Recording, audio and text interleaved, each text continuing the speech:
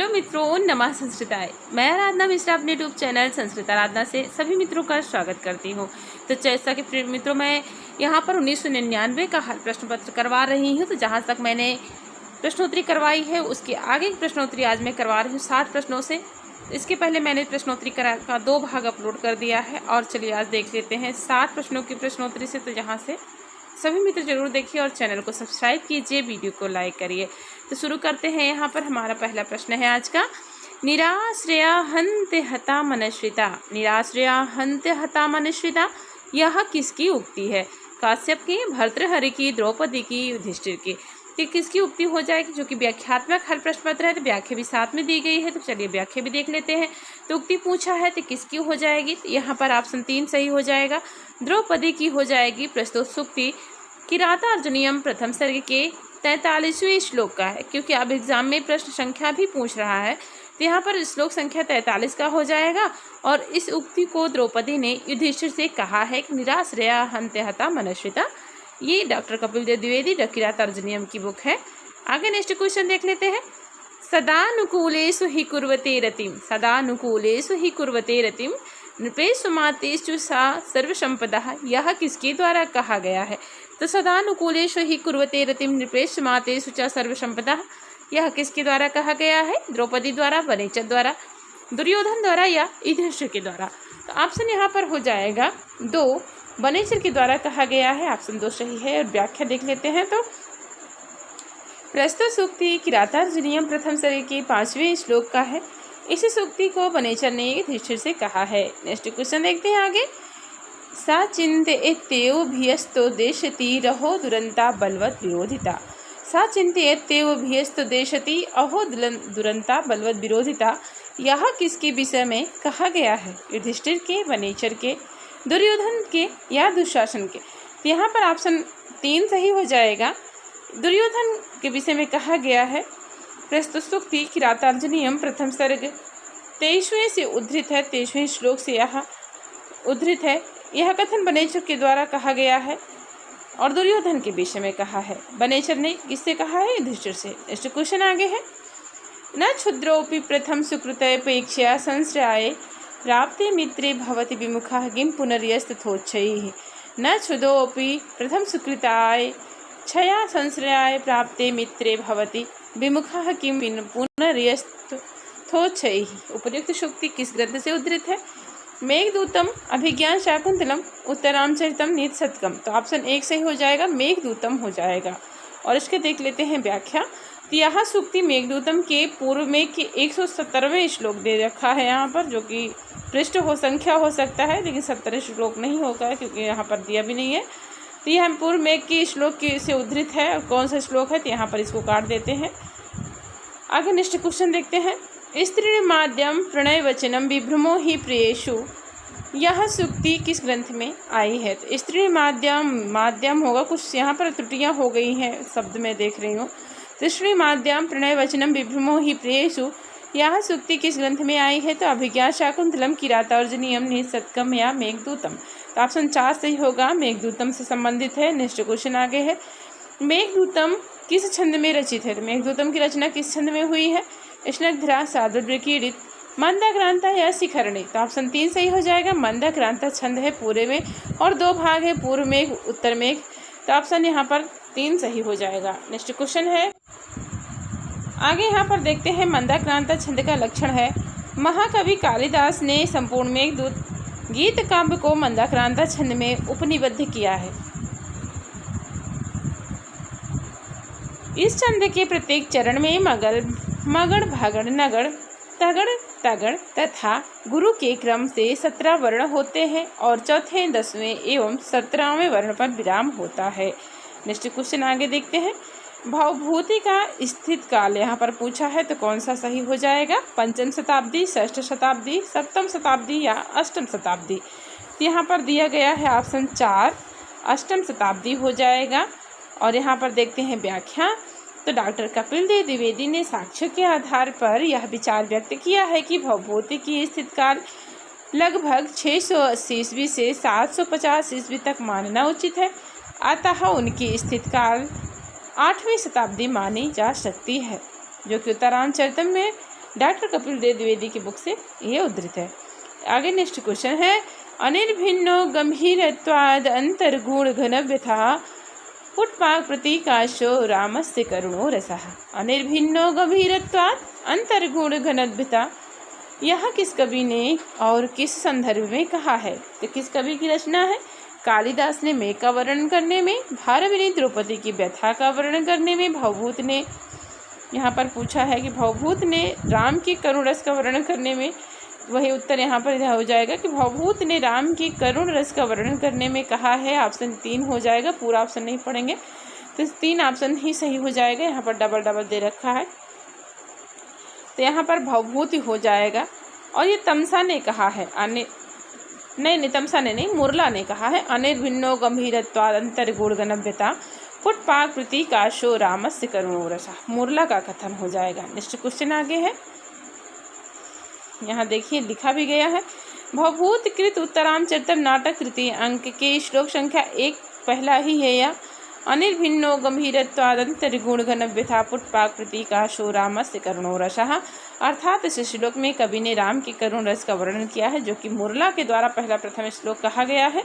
तो ऑप्शन यहाँ पर दिया ही गया है। नेक्स्ट क्वेश्चन देखते हैं, स्नप्यते हृदय सम स्नेह निश्चंदनीते धवल मधुर मुग्धा दुग्ध कुल्लेव दृष्टि, कहाँ की शुक्ति है? मेघदूतम अभिज्ञान शाकुंतलम उत्तरामचरितम नीत शतकम। तो ऑप्शन 3 सही हो जाएगा, उत्तरामचरितम हो जाएगा और तमसा का कथन हो जाएगा। नेक्स्ट क्वेश्चन आगे है, मन्यामहे मलयमेव यदाश्रयेण कंकोल निम्ब कुटजापि चंदनास्यु, यह पद्यांश किस ग्रंथ से उद्धृत है? तो मन्यामहे मलयमेव यदाश्रयेण कंकोल निम्ब कुटजा अपि चंदनास्यु, यह पद्यांश किस ग्रंथ से उद्धृत है? किरातार्जुनीयम, उत्तरामचरितम, मेघदूतम या नीत शतकम। तो ऑप्शन 4 सही हो जाएगा। नेक्स्ट क्वेश्चन आगे देख लेते हैं, दुर्जना परिहर्तव्य विद्यालंकृतोऽपि सन्, यह वचन किसने कहा है? तो दुर्जना परिहर्तव्यो विद्यालंकृतोऽपि सन्, यह वचन किसने कहा है? कालिदास ने, भारवि ने, भर्तहरि ने या भवभूत ने? तो ऑप्शन 3 सही हो जाएगा, भर्तहरि ने कहा है। और यह प्रस्तुत कथा ने शतक के 53वें श्लोक से उद्धृत है। तो भर्तहरि ने कहा है कि विद्या से विभूषित होने पर भी दुर्जन त्याग करने योग्य हैं। अगर कोई विद्या से भी अलंकृत है, तब अगर दुर्जन व्यक्ति है तो उसका त्याग कर देना चाहिए हमें, चाहे उसके अंदर कितने भी गुण भरे हों। नेक्स्ट क्वेश्चन आगे है, विधिरहो बलवानिति में मति, तो यहाँ सुभाषित ग्रंथ किस ग्रंथ में आया है? सुभाषित, क्योंकि नीत शतक का वाक्य हो जाएगा। तो बहुत ही अच्छा वाक्य है जो कि महाकवि भर्तृहरि के द्वारा रचित है और मुक्तक काव्य है। तो यहाँ हर एक पद जो है अपने आप में मुक्त है, तो यहाँ कहीं से भी उठा के आए हैं, लेकिन अच्छे हैं जितने भी हैं। तो शतक है नीत शतक, तो यहाँ पर ऑप्शन हो जाएगा 4, नीत शतक में है विधिरहो बलवानिति में मति। नेक्स्ट क्वेश्चन आगे है, तस्मिन् द्रौ कथचिद् बला विप्रयुक्तः सकामी, तो तस्मिन् द्रौ कथचिद् बला विप्रयुक्तः सकामी, मेघदूत की इस पंक्ति के आगे पंक्ति कौन सी है? कौन सी हो जाएगी यहाँ पर? तो तस्मिन् द्रौ कथचिद् बला विप्रयुक्तः सकामी, नीत्वामासान् कनकवलय भ्रंशरिक्त प्रकोष्ठः। तो यहाँ पर हो जाएगा ऑप्शन 3। मैंने मंदाक्रांता छंद में वाचन किया है, तो सभी मित्र देखिए, सुनिए और आप लोग भी प्रयास करिए। तो नीत्वा मासांग कनक वलय भ्रंशरिक्त प्रकोष्ठा, इसके आगे की पंक्ति हो जाएगी, 3 उत्तर सही हो जाएगा। नेक्स्ट क्वेश्चन आगे देख लेते हैं, शकुंतला भर्तुर्बहुमता भव, यह वाक्य किसने कहा है? शकुंतला से का भर्तुर्बहुमता भव आशीर्वाद जब 3 तापसियाँ देती है तो उसमें कौन सी तापसी यह आशीर्वाद दे रही है कि भर्तुर्बहुमता भव? काश्यप ने, गौतमी ने, एक तापसी ने, अनुसुईया ने? तो यहाँ पर ऑप्शन हो जाएगा एक तापसी ने। नेक्स्ट क्वेश्चन आगे है, को नामो श्रुत के नवमालिकाम सिंचती, यह वाक्य किस ग्रंथ में आया है? किरातार्जुनीयम निसत्कम अभिज्ञान शाकुंतलम उत्तरामचरितम।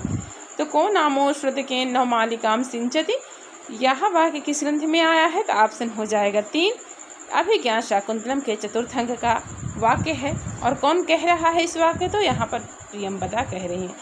कौन कह रहा है इस वाक्य को? प्रियंवदा बोल रही हैं। आगे है नेक्स्ट क्वेश्चन, अदेव मातृका का प्रयोग किस ग्रंथ में है? अदेव मातृका शब्द का प्रयोग किस ग्रंथ में आया हुआ है? बहुत ही महत्वपूर्ण प्रश्नोत्तरी है। अभिज्ञान शाकुंतलम चतुर्थ अंक, किरातार्जुनीयम प्रथम सर्ग, उत्तरामचरितम तृतीय अंक, कादम्बरी शुक्नाशोपदेशः। तो यहाँ पर पूछा है कि अदेव मातृका का प्रयोग किस ग्रंथ में किया गया है? तो ऑप्शन 2 सही हो जाएगा, किरातार्जुनीयम के प्रथम सर्ग में आया हुआ है।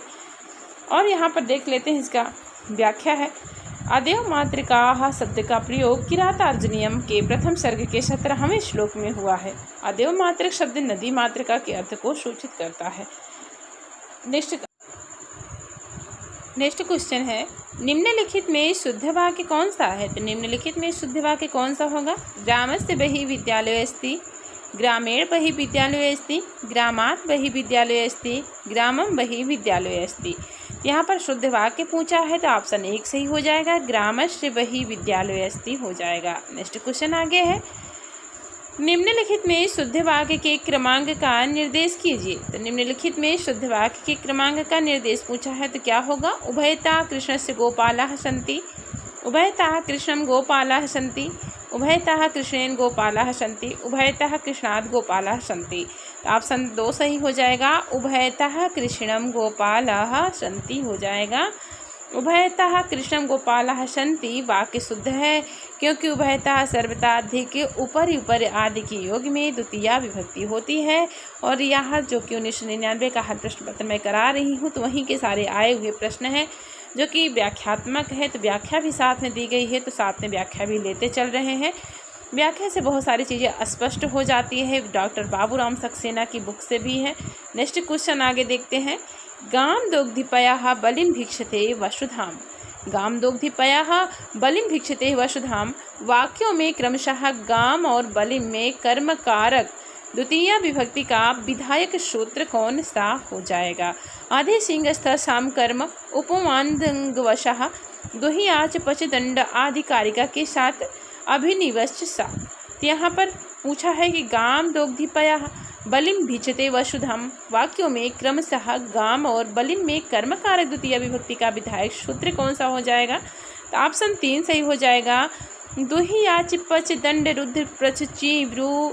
तो जो ये आधिकारिका यहाँ पर 16 धातुएं दी गई हैं तो उन्हीं की हो जाएंगी, जो कि यहाँ पर दिया भी गया है कि प्रस्तुत वाक्यों की गाम और बलिं में दुहु पच दंड आदि 16 धातुओं के योग में कर्म कारक हो जाता है। नेक्स्ट क्वेश्चन आगे है, नमः स्वस्ति स्वाहा श्रद्धा अलम और वसट शब्दों के योग में कौन सी विभक्ति होती है? तो नमः स्वस्ति स्वाहा श्रद्धा अलम वसट योगाच सूत्र में विभक्ति आ जाती है, ऑप्शन 3 चतुर्थी विभक्ति हो जाएगी। तो यहाँ पर व्याख्या भी वही है। आगे नेक्स्ट क्वेश्चन देखते हैं, निम्नलिखित में कौन सा वाक्य शुद्ध है? तो कविषु कालिदासः श्रेष्ठः, कवीनां कालिदासः श्रेष्ठः, कविभ्यः कालिदासः श्रेष्ठः, कविभिः कालिदासः श्रेष्ठः। तो यहाँ पर पूछा है केवल पहला का का, केवल दूसरा का खा, या केवल तीसरा का गा, या पहला और दूसरा का और खा। तो यहाँ पर 4 में ऑप्शन तो 4 सही हो जाएगा, 80 में ऑप्शन 4 सही हो जाएगा, क्योंकि कविषु कालिदासः श्रेष्ठा भी हो जाएगा, सप्तमी और यहाँ पर षष्ठी और सप्तमी दोनों लगेगा, कवि नाम कालिदासः श्रेष्ठा दोनों हो जाएगा यहाँ पर। नेक्स्ट क्वेश्चन देखते हैं आगे।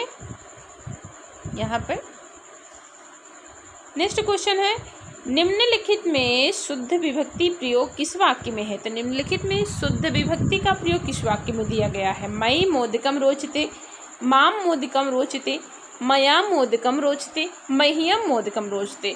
तो शुद्ध विभक्ति पूछा गया है, तो ऑप्शन यहाँ पर कौन सा सही हो जाएगा? तो उत्तर हो जाएगा यहाँ पर 4, ये 4 कर लीजिए, क्योंकि कहीं कहीं मैं देख रही हूँ मिसप्रिंट बहुत हुआ है, लेकिन प्रश्न अच्छे हैं तो प्रश्न को लेकर चलते हैं। जहाँ मिसप्रिंट होगा, जहाँ मुझे समझ में आएगा मैं बताते चलूँगी। तो यहाँ पर 4 ऑप्शन हो जाएगा कि मह्यम मोदकम रोचते में शुद्ध विभक्ति का प्रयोग हुआ है, क्योंकि रुच्यार्थानाम प्रियमाणः सूत्र से रुचि धातु तथा रुचि के संपन्न अर्थ वाली धातुओं के योग में चतुर्थी विभक्ति होती है। नेक्स्ट क्वेश्चन आगे है, निम्नलिखित में शुद्ध है, तो शुद्ध पूछा है, क्या होगा? मातरम स्मरति, मातु स्मरति, मातर स्मरति, मात्रा स्मरति। तो ऑप्शन यहाँ पर 2 हो जाएगा, मातु स्मृति हो जाएगा शुद्ध वाक्य। मातु स्मृति वाक्य शुद्ध है, क्योंकि अधिगर्थ दया शाम कर्मण सूत्र से कर्म में षष्ठी विभक्ति हुई है। नेक्स्ट क्वेश्चन आगे है, कृत्य के साथ विभक्ति प्रयुक्त होती है, तो कृत्य के साथ किसकी विभक्ति प्रयुक्त होती है? द्वितीया, तृतीया, चतुर्थी, षष्ठी। तो ऑप्शन यहाँ पर 4 से हो जाएगा, षष्ठी हो जाए, कृत्या कर्तरी, तो यहाँ पर षष्ठी विभक्ति प्रयोग होती है। नेक्स्ट क्वेश्चन है, धिक के योग में कौन सी विभक्ति होती है? तो धिक के योग में कौन सी हो जाएगी? षष्ठी, पंचमी, तृतीया या षष्ठी। यहाँ पर एक ऑप्शन छोड़ दिया है, तो यहाँ पर हो जाएगा द्वितीय विभक्ति हो जाएगी यहाँ पर। तो उभयतः, सर्वतः, धिक, ऊपर ऊपर, अधो, अधः तथा अध्यधीय शब्दों का जिससे संयोग होता है उसमें द्वितीय विभक्ति का प्रयोग होता है। तो ऑप्शन यहाँ पर द्वितीय मैंने लिख दिया, द्वितीय ही होगा। नेक्स्ट क्वेश्चन आगे है, शरीर के किसी अंग में विकार में होने कौन सी विभक्ति लगती है? तो इसको शरीर के किसी अंग के विकार में कौन सी विभक्ति? अगर किसी के अंग में कोई विकार है तो उस विकार अर्थ में कौन सी विभक्ति होगी? द्वितीया, चतुर्थी, तृतीया, षष्ठी। तो ऑप्शन 3 सही हो जाएगा, तृतीया विभक्ति हो जाएगी। जिस विकृत अंग के द्वारा अंगी का विकार लक्षित है उस अंग में तृतीया विभक्ति होती है, जैसे अक्षणा, काढ़ा। तो यहाँ अक्षणा में तृतीया विभक्ति हो जाएगी इत्थम भूत लक्षण से। नेक्स्ट क्वेश्चन आगे है, स्वस्ति के योग में कौन सी विभक्ति होती है? तो नमः, स्वस्ति, स्वाहा, शुदा, अलम, वसट, योगाच। तो कौन सी विभक्ति होगी? तृतीया, द्वितीया, चतुर्थी, षष्ठी।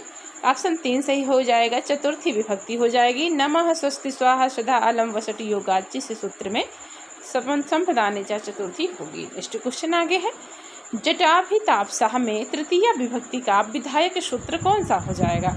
तो जटाभिताप्सा बहुत महत्वपूर्ण शब्द है, अक्सर पूछा जाता है। इसमें विधायक सूत्र पूछा है तो कौन सा होगा? हेतु, अपवर्ग तृतीया, एनांग विकारः, इत्थम भूत लक्षण। तो ऑप्शन 4 सही हो जाएगा, इत्थम भूत लक्षण हो जाएगा जटाभिताप्सा, क्योंकि जिसमें किसी का लक्षण परिवर्तित हो। अगर कह दे कि वह जटाओं से तपस्वी दिखता है, तो उसमें क्या लक्षण है कि वह उसकी जटा है, तो उसी जटा के आधार पर हम उसको समझ सकते हैं कि वह तपस्वी ही है। यहाँ पर 4 ऑप्शन सही होगा। नेक्स्ट क्वेश्चन आगे है, संस्कृत व्याकरण की दृष्टि से शुद्ध रूप है, तो शुद्ध रूप भी बहुत पूछा जाता है। उपरोक्त, उपर्युक्त, उपरोक्त, उपर्युक्तः। तो ऑप्शन 2 सही होगा, उपर्युक्तः हो जाएगा। नेक्स्ट क्वेश्चन आगे देखते हैं, निम्नलिखित में कौन सा शब्द शुद्ध है? तो शुद्ध पूछा है, महानता, महानता, महता, महानता। यहाँ पर शुद्ध पूछा है तो ऑप्शन यहाँ पर 4 होगा, महानता हो जाएगा। कहीं कहीं महत्ता भी मिलता है, लेकिन महानता दिया है, महानता मान लेते हैं। नेक्स्ट क्वेश्चन है, निम्नलिखित में शुद्ध वाक्य कौन सा है? तो निम्नलिखित में शुद्ध वाक्य पूछा है तो कौन सा होगा? गुरु शिष्याय क्रुध्यति, गुरु शिष्यम क्रुध्यति, गुरु शिष्य क्रुध्यति, गुरु शिष्यस्य क्रुध्यति। तो शुद्ध वाक्य पूछा है तो 90 में ऑप्शन 1 सही हो जाएगा। चतुर्थी विभक्ति में क्रुद्ध, दुह, ईर्ष्या, असूया में चतुर्थी लगेगी, तो शिष्याय में चतुर्थी हुई है, तो गुरु शिष्याय क्रुद्धति हो जाए, क्योंकि क्रुद्ध, द्रुह, ईर्ष्या, असूया अर्थानाम यम प्रतिकोपा सूत्र से शिष्याय में चतुर्थी विभक्ति का प्रयोग हो गया है। नेक्स्ट क्वेश्चन आगे है, रमेश मेरा मित्र है का संस्कृत में शुद्ध अनुवाद निम्नलिखित में कौन सा हो जाएगा? तो रमेश मेरा मित्र है, इसका संस्कृत में शुद्ध अनुवाद करना है, तो कौन सा शुद्ध अनुवाद होगा? रमेशः मम मित्रम अस्ति, रमेशः मम मित्रम अस्ति, रमेशः मम मित्रोस्ति, रमेशः मम मित्रोस्ति। तो ऑप्शन यहाँ पर 3 दिया है कि रमेशः मम मित्रोस्ति हो जाएगा। ऑप्शन यहाँ पर 3 सही हो जाएगा, क्योंकि दोनों ऑप्शन तो लगभग सेम दिख रहे हैं, 4 भी वही है। चलिए इसको हम थोड़ा सा अलग कर देते हैं, तो कुछ भी सोच लीजिए, लेकिन यहाँ पर शुद्ध हो जाएगा रमेशा। इसको अलग कर देते हैं, यहाँ पर हम विभक्तियाँ हटा, इसमें विसर्ग हटा देते हैं। नेक्स्ट क्वेश्चन आगे है, अधोलिखित में कौन सा वाक्य अशुद्ध है? अधोलिखित में कौन सा वाक्य अशुद्ध है? अचिराय देवदत्तो गमिष्यति, अचिरेह देवदत्तो गमिष्यति, अचिरात देवदत्तो गमिष्यति, अचिरेण देवदत्तो गमिष्यति। तो ऑप्शन 3 सही हो जाएगा, अचिरात देवदत्तो गमिष्यति। इस बुक में कहीं कहीं थोड़ा सा मिसप्रिंट हुआ है, तो आप सभी मित्र उसको जरूर ध्यान रखिएगा। बहुत ज़्यादा नहीं है, हल्का फुल्का शब्दों की मिसप्रिंट है, बाकी प्रश्न बहुत अच्छे हैं। नेक्स्ट क्वेश्चन आगे है, गंगा हिमालय से निकलती हैं का संस्कृत अनुवाद क्या होगा? तो गंगा हिमालय से निकलती हैं का संस्कृत अनुवाद पूछा है, तो गंगा हिमालय निःसरति, गंगा हिमालयात् निःसरति, गंगा हिमालयस्य नैकटे अस्ति, गंगा हिमालयात् निःसरता। तो ऑप्शन 2 हो जाएगा, गंगा हिमालयात् निःसरति हो जाएगा। नेक्स्ट क्वेश्चन आगे है, वाराणसी भारत का प्रमुख धार्मिक नगर है का अनुवाद कौन सा सही हो जाएगा? तो वाराणसी भारत का प्रमुख धार्मिक नगर है का अनुवाद करते हैं, वाराणसी भारतस्य प्रमुखं धार्मिक नगरम् अस्ति, वाराणसी भारतस्य प्रमुखः धार्मिक नगरः अस्ति, वाराणसी भारतयोः प्रमुखः धर्मनगरी अस्ति, वाराणसी भारतस्य मुख्यः धार्मिक नगरी अस्ति। ऑप्शन 2 हो जाएगा इसमें, वाराणसी भारतस्य प्रमुखः धार्मिक नगरः अस्ति हो जाएगा। नेक्स्ट क्वेश्चन देखते हैं आगे, यहाँ भगवान विश्वनाथ का प्रसिद्ध मंदिर है का अनुवाद क्या होगा? तो यहाँ भगवान विश्वनाथ का प्रसिद्ध मंदिर है, इसका अनुवाद क्या होगा? इदं भगवतो शंकरस्य प्रसिद्ध मंदिरः अस्ति, तत्र भगवतः शंकरस्य प्रसिद्ध देवतायनम् अस्ति, तत्र भगवान शंकरस्य प्रसिद्धं देवालयम् अस्ति, अत्र भगवतः विश्वनाथस्य प्रसिद्धः मंदिरम् अस्ति। तो यहाँ भगवान विश्वनाथ का प्रसिद्ध मंदिर है का अनुवाद हो जाएगा, 4 ऑप्शन सही होगा, अत्र भगवतः विश्वनाथस्य प्रसिद्धः मंदिरम् अस्ति। नेक्स्ट क्वेश्चन है, काशी हिंदू विश्वविद्यालय की स्थापना मदन मोहन मालवीय ने की थी का अनुवाद क्या हो जाएगा? तो काशी हिंदू विश्वविद्यालय की स्थापना मदन मोहन मालवीय ने की थी, इसका संस्कृत में अनुवाद करना है। तो देखते हैं कौन सा सही रूप होगा। काशी हिंदू विश्वविद्यालय नाम स्थापना मदन मोहन मालवीयः अकरोत्, काशी हिंदू विश्वविद्यालयस्य स्थापना मदन मोहन मालवीयः अकुर्वन्, काशी हिंदू विश्वविद्यालय स्थापना मदन मोहन मालवीयः अकरोत्, काशी हिंदू विश्वविद्यालयः स्थापना मदन मोहन मालवीयः करोतस्मि। तो ऑप्शन 2 हो जाएगा, काशी हिंदू विश्वविद्यालयस्य स्थापना मदन मोहन मालवीयः अकुर्वन् हो जाएगा। नेक्स्ट देखते हैं आगे, बौद्धों का तो यह अत्यंत पवित्र तीर्थ है का संस्कृत अनुवाद क्या हो जाएगा? बौद्धस्य इदम् अत्यन्तं पवित्रं तीर्थमस्ति, बौद्धानाम् अयम् अत्यन्तः पवित्रः तीर्थः अस्ति, बौद्धानां तु इदम् अत्यन्तं पवित्रं तीर्थमस्तः, बौद्धानां तु इदम् अत्यन्तं पवित्र तीर्थमस्ति। ऑप्शन 4 हो जाएगा, बौद्धानां तु इदम् अत्यंतम पवित्र तीर्थम अस्ति। नेक्स्ट क्वेश्चन आगे है, वह गाय से दूध दूहता है का सही अनुवाद क्या हो जाएगा? सह गवाम पयाह दोग्धि, सह गाम पया दुहति, सह गोभी पयाह दोग्धि, सह गाम पयाह दोग्धि।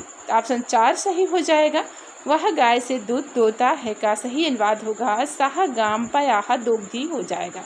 वह गाय से दूध दुहता है का सही अनुवाद होगा, सह गाम पयाह दोग्धि। यहाँ पर अपादान की विवक्षा में दुह, याज, पच आदि 16 धातुओं की योग में कर्म संज्ञा होगी तथा उसमें द्वितीया विभक्ति का प्रयोग हो जाएगा। नेक्स्ट आगे है, प्रत्यय का ज्ञान करने के लिए सर्वप्रथम क्या करना होगा? प्रत्यय की परिभाषा बताएंगे, प्रत्यय युक्त शब्दों में से कुछ शब्द बताएंगे, कुछ प्रत्यय युक्त शब्दों के अर्थ को बताएंगे, प्रत्यय युक्त शब्दों के साथ कुछ वाक्यों को प्रस्तुत करेंगे। तो ऑप्शन 4 हो जाएगा, प्रत्यय युक्त शब्दों के साथ कुछ वाक्यों को प्रस्तुत करेंगे। नेक्स्ट क्वेश्चन आगे है, हिंदी से संस्कृत में अनुवाद के ज्ञान के लिए पहले क्या करना चाहिए? धातु एवं शब्द रूपों का ज्ञान करवाएंगे, लकारों का ज्ञान कराएंगे, लकारों से कुछ हिंदी वाक्यों का संस्कृत अनुवाद पूछेंगे, या किसी एक लकार के एक पुरुष और वचन के वाक्य संस्कृत में श्याम पट्ट पर लिखेंगे। तो यहाँ पर ऑप्शन 4 दिया है, तो ऑप्शन 4 हो जाएगा। और इसी के साथ हमारे 100 प्रश्नों की श्रृंखला पूरी होती है, जो कि प्रश्न पत्र था। हर प्रश्न पत्र है व्याख्यात्मक 1999 का, और इसके आगे भी बहुत सारे अच्छे प्रश्न हैं, तो आप सभी देखते रहिए। यहीं से प्रश्न भी पूछे जाएंगे, टीजीटी में बहुत कठिन स्तर के प्रश्न नहीं आएंगे। सभी मित्र देखिए और चैनल को भी सब्सक्राइब जरूर कीजिए। जुड़े रहिए मित्रों, पढ़ते रहिए। आपका दिन शुभ और मंगलमय हो, इसी कामना के साथ मित्रों, नमः संस्कृताय।